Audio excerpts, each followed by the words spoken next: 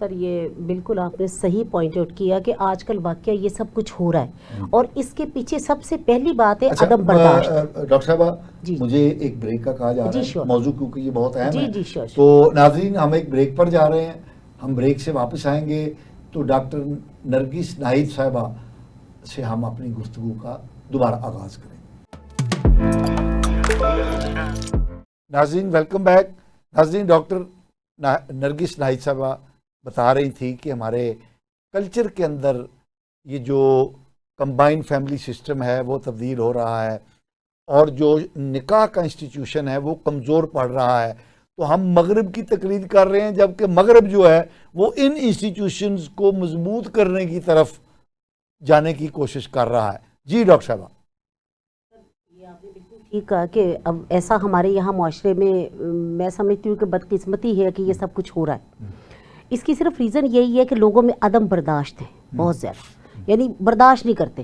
اچھا پہلے ایک چیز میں بس آپ کے اس پروگرام کے حوالے سے یہ بات ضرور کہنا چاہوں گی کہ پہلے جو ڈرامے ہوتے تھے نا, ایک پی ٹی وی ہوتا تھا, خیر اس کے اوپر ڈرامے ہوتے تھے, آپ دیکھیں کہ وہ سبق آموز ہوتے تھے. اس کے اندر نا بچیوں کو بسانے کے طریقے بتائے جاتے تھے, یعنی وہ یہ کہا جاتا تھا کہ ٹھیک ہے اگر کوئی معاملہ کوئی ہو بھی جاتا ہے تو آپ اسے ایمیکیبلی اس کو حل کر دیں. لیکن مجھے افسوس ہوتا ہے کہ اب ایسے ڈرامے ہیں کہ جس کے اندر ذرا سی بات ہوتی ہے تو چلو بھائی طلاق فائل ہوگی, ذرا سی بات ہوتی ہے تو سیپریشن ہو گئی. اچھا اور جو خاندانی سسٹم کی آپ بات کریں کہ خاندانی سسٹم جو ہمارا کمزور ہو گیا ہے وہ اس کی وجہ بھی یہ طلاق زیادہ ہے. اس لیے کہ دیکھیں پہلے تو یہ ہوتا تھا نا, خدا نخواستہ لڑکا اگر کوئی بات لڑکی کو کر رہا ہے تو اس کی ماں سمجھانے والی تھی, باپ سمجھانے والا تھا. بے شک لوگوں اور ساس سسر جو ہیں وہ کوئی خالہ ہے, کوئی ماموں ہے, کوئی چاچا ہے, تو یہ بھی ایک چیزیں جوڑنے والی تھی. بے شک میری اس بات سے لوگ یوں اختلاف کریں کہ نہیں بھائی وہ سکھانے پڑھانے والے بھی بڑے ہوں گے, لیکن چلے کتنے لوگ ہوں گے, آخر پھر بھی یہ ہوتا تھا کہ کچھ لوگ اس کے اندر اس میں شامل ہو کے تو وہ جوڑ جاڑ دیا کرتے تھے ہمارے. بلکہ لا میں سر فیملی لا میں یہ لکھا ہوا ہے کہ اگر فرض کرے دونوں میں اگر کوئی پرابلم ہو رہی ہے تو ان کے بڑوں کو کہیں وہ آپس میں آ کے نا ان کا جو ہے وہ صلح کروائیں. قرآن پاک میں بھی یہ ہے کہ صلح کروائیں. لیکن اب یہ ہے نبی پاک صلی اللہ علیہ وسلم کی حدیث ہے کہ حلال کاموں میں سب سے ناپسندیدہ کام جو ہے وہ طلاق ہے. اور ایک اور میں نے پڑھا ہے کہ طلاق کے اندر جو معاونت کرتے ہیں اللہ تعالیٰ ان سے کوئی نہ کوئی نعمت چھین لیتے ہیں. ہاں بالکل, آپ یہ دیکھیں یہ بہت میں سمجھتی ہوں کہ صرف اگر کوئی ذرا سا کوئی نہیں زندگی میں آپ دیکھیں نا, دو انسان جب ایک دوسرے کے ساتھ ملتے ہیں ان کے خیالات ایک دم سے نہیں مل پڑتے. اب یہ بندہ کہ جی تیرنا میری انڈرسٹینڈنگ ہی کوئی نہیں, بھائی انڈرسٹینڈنگ آپ ساتھ رہیں گے تو انڈرسٹینڈنگ ہوگی نا. کیسے پتہ چلے گا آپ ایک علیحدہ براٹ اپ میں ہوئے ہیں, میں علیحدہ براٹ اپ, ہماری کیسے انڈرسٹینڈنگ ہوگی جب ہم ایک ساتھ رہتے ہیں. کوئی آتے بندہ کسی کی اپنا لیتا ہے, کچھ وہ اس کی اپنا لیتا ہے, اس طرح معاملہ جو ہے وہ ساتھ چلتے رہتے ہیں. لیکن آج کل کے ویسے یہ جو ہے نا یہ سیپریشن وغیرہ اور یہ گڑبڑ, اس میں یہ آج کل کے یہ جو نئی نسل کے لیے یہ ڈرامے ترتیب دیے جاتے ہیں نا, انہوں نے بڑا کام خراب کیا ہے, یہ بہت رول پلے کیا ہے. امجد اقبال صاحب آپ کی کیا رائے ہے کس حوالے سے؟ یہی جو انہوں نے بتایا ہے کہ یہ جو سیپریشنز بہت زیادہ ہو رہی ہیں. اچھا دیکھیے بات پتہ کیا پاشا صاحب, میں تھوڑا سا ان سے یہ باتیں ان کی ٹھیک ہے لیکن اس نقطہ نظر سے اختلاف کرتا ہوں. اس وجہ سے دیکھیں معاملات یہ ہیں کہ ہمارے جتنے سبق ہوتے ہیں, جتنا پڑھانا ہوتا ہے, جو کچھ بھی کہنا ہوتا ہے وہ صرف لڑکی کے لیے ہوتا ہے کہ جی کہ آپ نے گزارا کرنا ہے, آپ کی یہاں سے لاش ہی نکلے گی, آپ کے اوپر جو کچھ بھی ٹھیک ہے نا, ٹھیک ہے نا, تو اچھی بات نہیں تھی. کیوں اچھی بات تھی؟ آپ کا مذہب اس بات کی اجازت دیتا ہے, پہلے تو مجھے یہ بتائیں. اگر مذہب اجازت نہیں دیتا تو آپ کون ہوتے ہیں یہ بات اس کو مجبور کرنے والے کہ نہیں آپ کے اوپر جتنا مرضی ظلم ہوتا ہے آپ گزارا کرو. یہ آپ بات آپ لڑکے کو کیوں نہیں کہتے؟ یہ آپ کی سوسائٹی جو یہ مرد کو یہ بات کیوں نہیں کہتی کہ آپ نے بھی گزارا کرنا ہے؟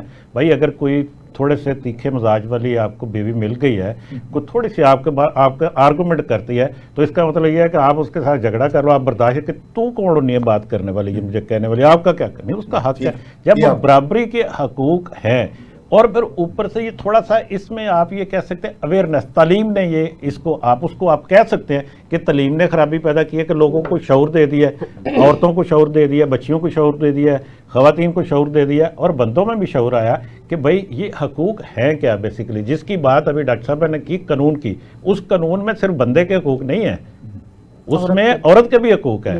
آپ صرف جب آپ بات کرتے ہیں کہ صرف مردوں کے حقوق کی بات کرتے ہیں, عورت کے حقوق کی کیوں نہیں بات کرتے؟ اس کو یہ حق نہیں ہے کہ وہ آزادی کے ساتھ اپنے گھر میں اپنی خواہش کے مطابق اپنا زندگی گزارے؟ جب اللہ نے عورت کو جائیداد میں وراثت میں حصہ دیا ہے تو ہم کون ہوتے ہیں نہ دیں اس کو؟ تو پھر یہی بات ہے نا، میں یہی بات کر رہا ہوں۔ دوسری بات، اس لیے اس کو اگر اس وقت تک کوئی نہیں گزارا ہوتا، نہیں آپ کو سمجھتے ہیں کہ جی کہ مرد سمجھتا ہے یا عورت سمجھتی ہے، دونوں کی میں بات کر رہا ہوں، تو اس کا یہ جب آپ بات کرتے ہیں کہ حلال چیزوں میں سب سے برا فعل یہ کہا گیا ہے، تو یعنی اس کو حلال قرار دیا گیا، اس کی کوئی وجوہات ہوں گی جس وجہ سے اس کو حلال قرار دیا گیا، ورنہ حرام قرار دے دیا جاتا۔ ٹھیک ہے، اگر حلال قرار دیا گیا ہے تو اس کی کوئی ریزن ہے، اس کی کوئی منطق ہے، کوئی ایسا مذہب میں، ہمارے میں، اسلامی تعلیمات میں، اللہ تعالیٰ کے حکم میں، نبی کے حکم میں، صلی اللہ علیہ وسلم کے حکم میں کوئی ایسی چیز نہیں ہے جو مصلحت سے خالی ہو، کوئی ایسا فعل نہیں ہے جو انہوں نے کہا ہو کہ جس کا نقصان یہ کہا گیا ہو کہ لیکن وہ اجازت دی گئی ہے، نہیں، اس کی کوئی نہ کوئی مصلحت ہوتی ہے۔ تو بات یہ ہے کہ یہ چیزیں اگر وہ اجازت دیتے ہیں کہ اگر آپ کا گزارا نہیں ہوتا، دو عورت اور مرد اپنا گزارا نہیں اکٹھا کر سکتے، تو آپ کو اچھے طریقے سے اس کا طریقہ کار بتا دیا گیا کہ آپ الگ ہو جائیں۔ رہ گئی بات جوائنٹ فیملی سسٹم کی، اس پہ بھی آ جائیں۔ اب معاملات یہ ہے کہ جوائنٹ فیملی سسٹم پہلے کیا تھا، اب کیا ہے؟ ہم سمجھتے ہیں کہ جوائنٹ فیملی سسٹم یہی ہے کہ آپ کا 2 کمروں کا گھر ہے، اس میں 20 افراد رہ رہے ہیں، وہ وہاں سے نکلے نہ، ٹھیک ہے؟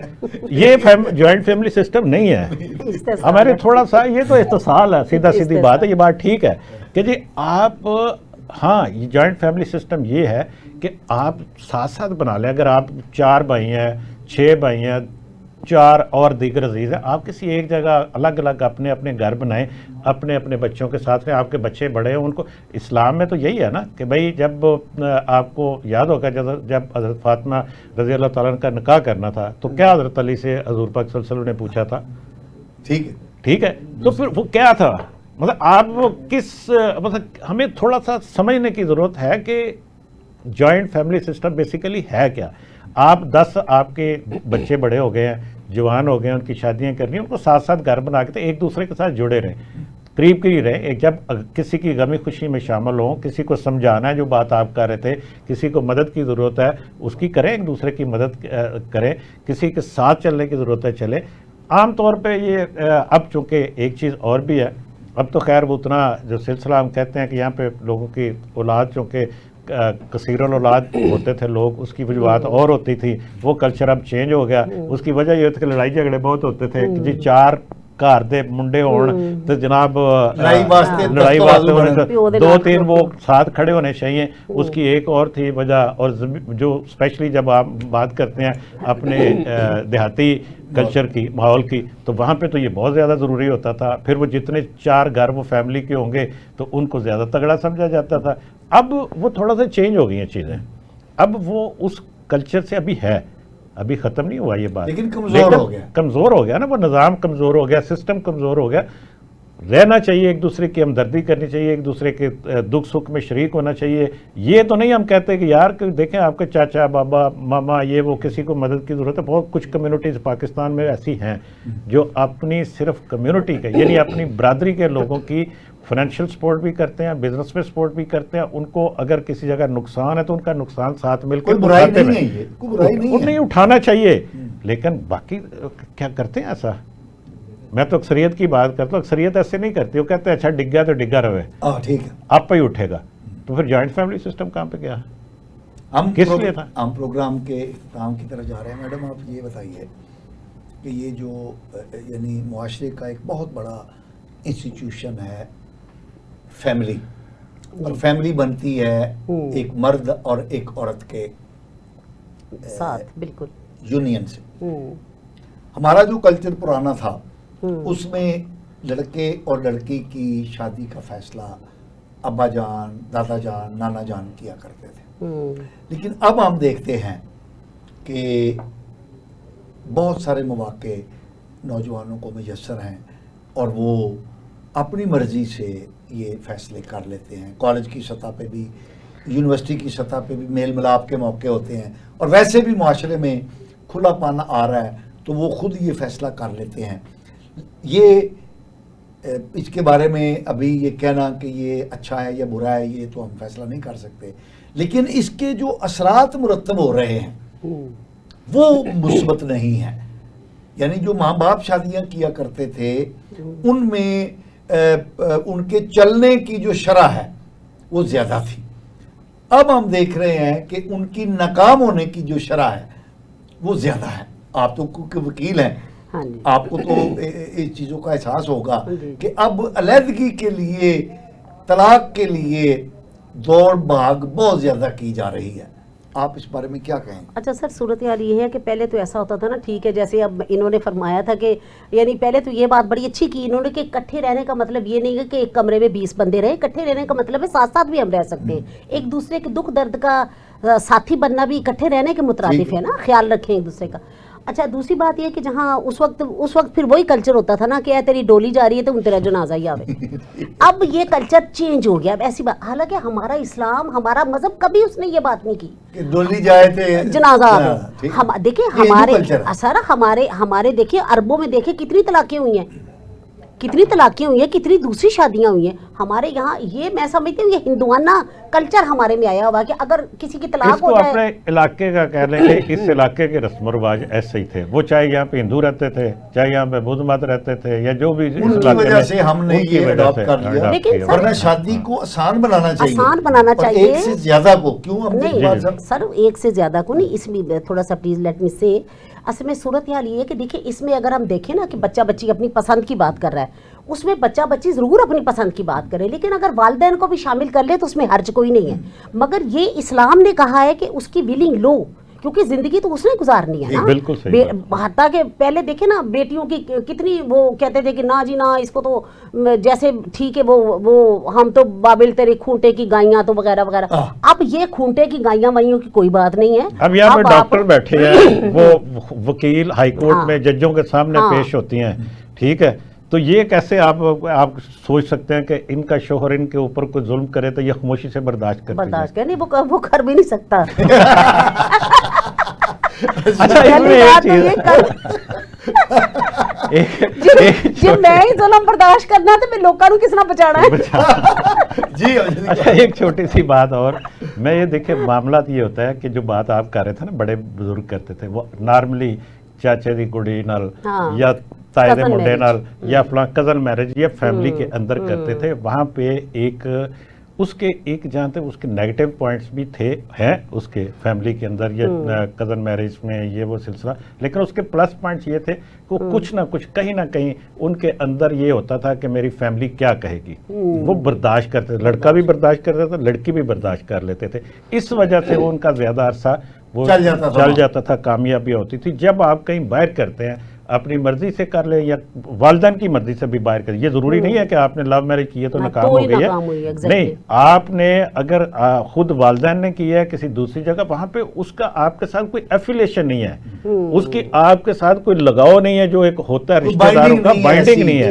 وہ آپ اس کا گزارا ہوا تو ٹھیک ہے, نہیں ہوا تو وہ کہتے ہیں. یہی وجہ سے آپ کو یورپ میں جو آپ کو ہم مثال دیتے ہیں نا, وہاں پہ طلاق کی شرح زیادہ ہے, امریکہ میں زیادہ ہوگی.